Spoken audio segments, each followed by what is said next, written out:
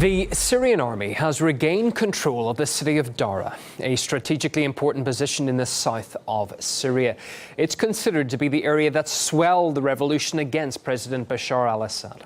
7 years ago, an uprising there sparked a nationwide revolt that turned into civil war. But the Syrian flag has now been raised in the region for the first time since rebels took control in 2011.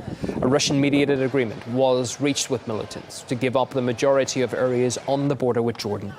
Local rebels must surrender their weapons or face exile. It's the latest in a number of agreements brokered by Moscow, which has helped the Syrian government regain swathes of territory across the country.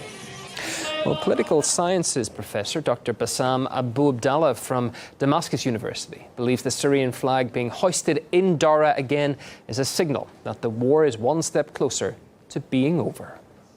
We know that who is already lost in Syria is foreign powers. Some foreign powers who wanted to divide Syria or who wanted to make Syria weaker and weaker. Everything is clear now. If we will see or notice what kind of weapons we could seize in Daraa, we could see openly French weapons, American weapons, and American support there, Israeli support. So it shows us that what happened in the south or other parts of Syria, it's not revolution and it's not some kind of protest. It's very important to free this city. We can see that the Syrian flag is raising. It's a big symbol for the end of this war against Syria, or start of ending of this war against Syria.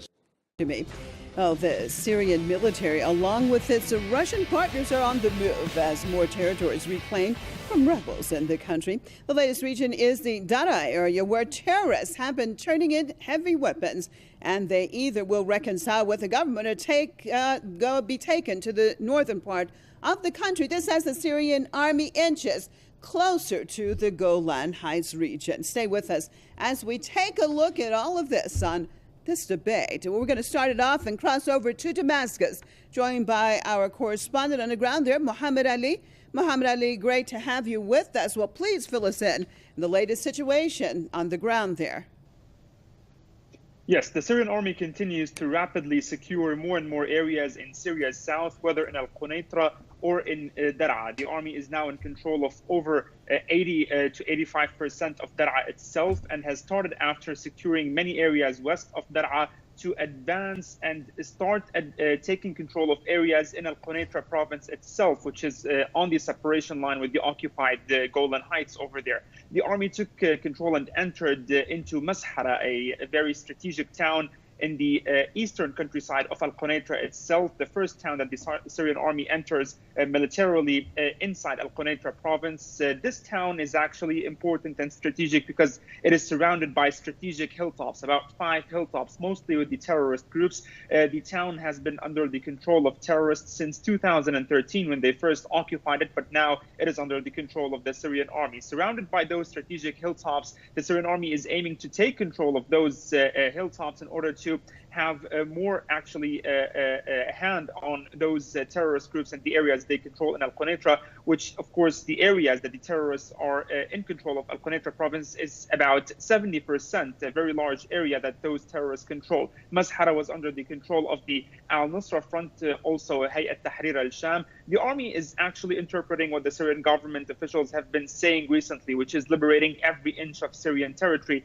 and this is being interpreted actually on the ground. In June, the army started its military offensive just last month, and in a very short period of time, the army has been controlling tens of square kilometers and doesn't seem to be actually stopping or aiming to stop until securing every inch, until reaching that separation line with, of course, the occupied Golan, taking into consideration that the army has closed the border crossings that terrorists use for years for infiltration from Jordan.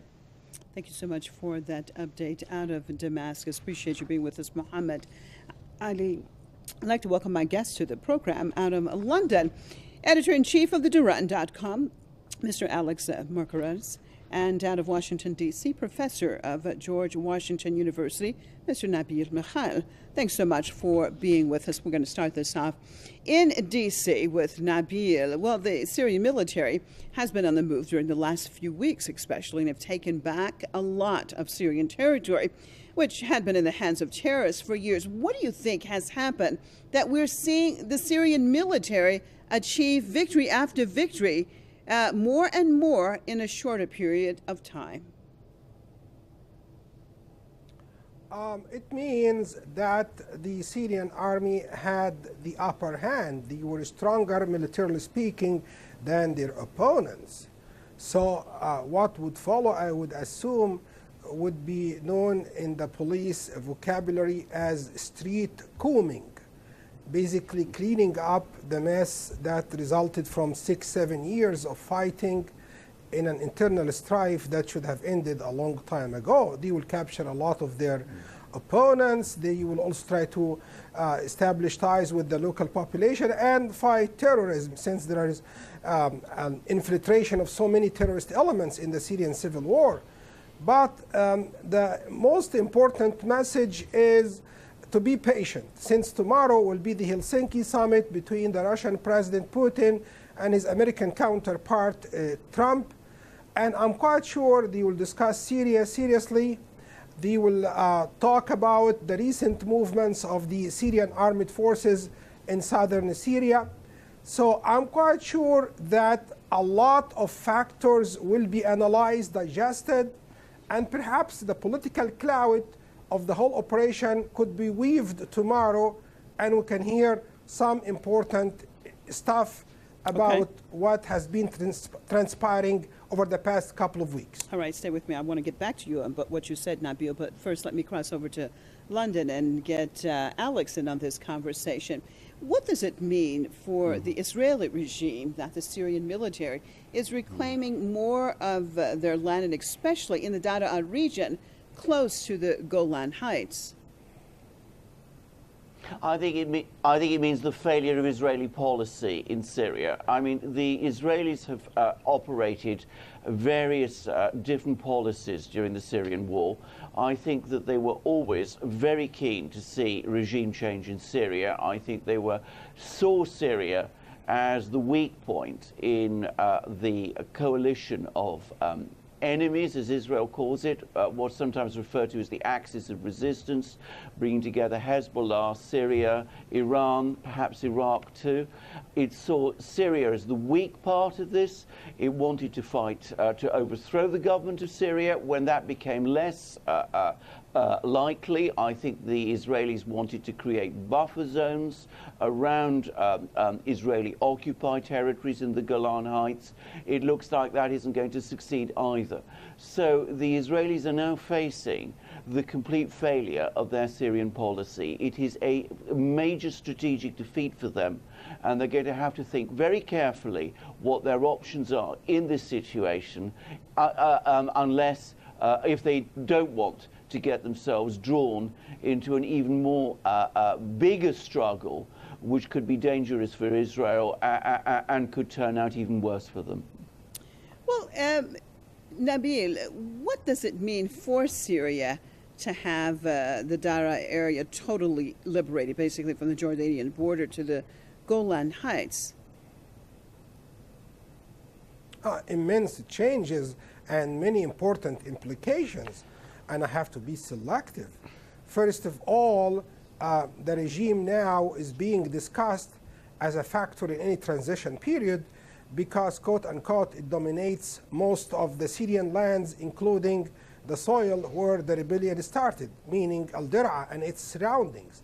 Second, it also implies that somehow Russia will be mediating officially and secretly between the Israelis and the Syrians to make that area more or less tranquil. Of course, that's a very relative expression, but we will not see too much hostilities emanating from that area.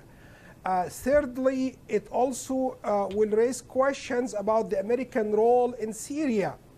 You can also ask this important question: why couldn't America finish of its job quicker and more decisively than what the Russians and the Syrians did. But let us just avoid this question momentarily and ask the question, what is the future of the American forces deployed in Syria as a result of the capture of al-Daraa over the past couple of days?